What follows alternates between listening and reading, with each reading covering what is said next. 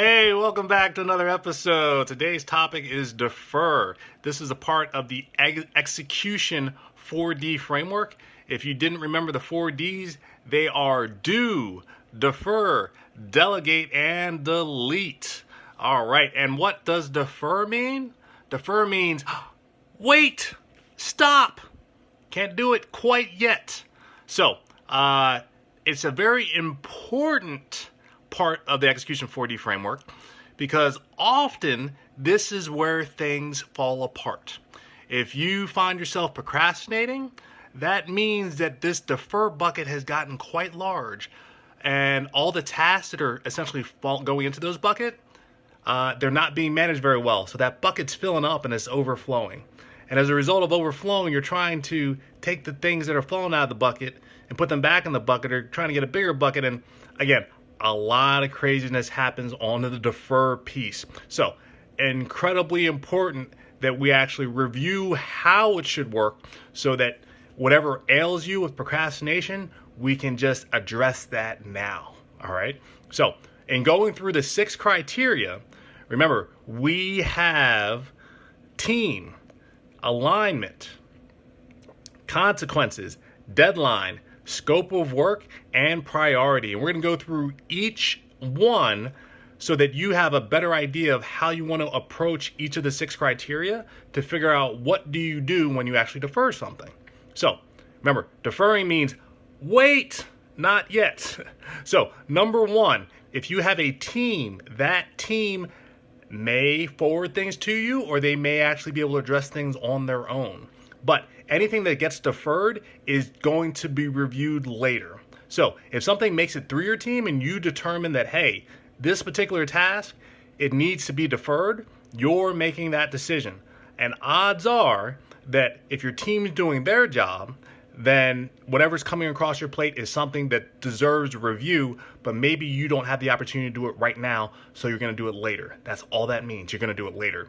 But the biggest thing is you want to do it later. Anything that goes into the defer bucket is being deferred to later. And with that, you want to make sure that you do come back to it later. If that doesn't happen, that's where the problems start. And we want to make sure we nip those in the bud early on. The second piece, alignment. So if it makes it through your team and it's something that should be on your plate, everything's aligned. This means it falls within your goals. If it falls within your goals, then the question is, what do I do with the task now? And if it's not something that you can do right away, you might need additional information based on that task to figure out what to do next. So that's also another reason to put it into defer bucket. But remember, if you defer it, you have to come back to it later. Don't forget to come back to it, right? So it's in alignment, which means, it's something that you do want to take care of, but you're going to have to come back to it at a later time to fully address it. Now, number three is consequences. Now, consequences could be unknown and you still put it in a defer bucket. Pretty much as long as it does not have a very high or immediate consequence for not getting it done, that's when it makes sense to defer it. If it needs to be done right away, then you need to put your attention to it to make sure that you don't have any collateral damage as a result of the consequences.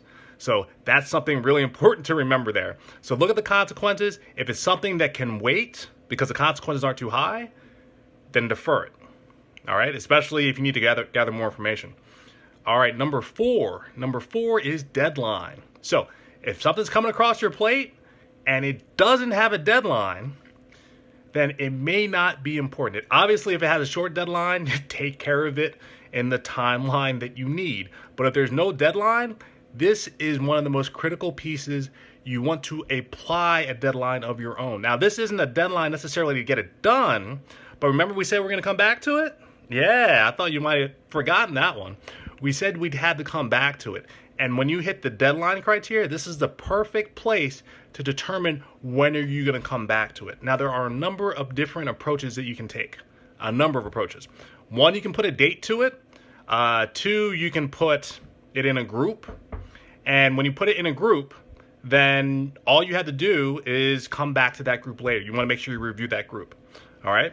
But you want to make sure you set some type of system so that you come back to it. Do not forget to do that. Don't forget. Number five is scope of work. Now, if you have a pretty big task and you're not sure how you're going to approach it, you're going to need research. And odds are you may not have time to do that research right now. You might have time to do that research later. All right. So with that case, and you need more information as far as figure out how big a project is this going to be, you need to come back to it later. Now, remember, if you haven't set the time to come back to it, this is where you can put a particular task of figure out how big a product this actually is and come back to it. And the great thing about having a team is this may be something that you don't actually have to do. It might be something that you can hand off. But when it comes across your plate at first, you might want to defer it until you figure out a little bit more of the details. So that's what defer means. Is put it to the side for now, and then you're going to bring it back later. So remember, defer means wait, not yet. But remember, you want it to come back. You have to come back to it later. That's what makes the system work. Now, last but not least is priority. And priority is a big one because when you have something come through and you defer it, you may not be very sure of how important it actually is. And this is where the information collection piece of all the other pieces that you don't have yet comes into bearing and fruition. And you want to make sure that you actually have those things in place. So you may not know the priority, but you know you're going to come back to it. And based on what you know so far, that might give you a little bit better bearing on how soon do you want to come back and actually review it. Now, if we go over some of the details about defer, we'll notice that one of the biggest challenges is that people use defer the most. And when they do defer things, they don't necessarily come back to them quickly later. And something that is a systemic challenge is if you keep deferring the same things. That's one of the biggest problems right there. If you keep deferring the same things, that means every time you see it, you're like, not today, not today, not today. And that creates a pattern. And we want to nip that pattern in the bud. So if you have anything that is coming across your plate and you feel like that might be a particular issue, do something to mark those tasks that you keep pushing off again and again and again. That would be my approach towards identifying where that issue actually is. And then once you do see that, determine what is actually stopping you from getting that task done and what can you put in place to make that process better. All right. So I hope you enjoyed this presentation on defer. This is incredibly important with this part as far as the execution framework. Most people know how to do, but if you don't know how to do and you decide to push it off, you got to figure out when you're going to come back to it. And again, that's one of the biggest challenges that people have within the execution framework, and we want to nip it in the bud. So I hope you enjoyed this presentation on defer. We still have 2 more coming up. They are based on delegate and delete, and you don't want to miss them because you want to get full circle of the full framework and what it can do for you. So I appreciate you tuning in and can't wait to catch you on the next episode. Bye.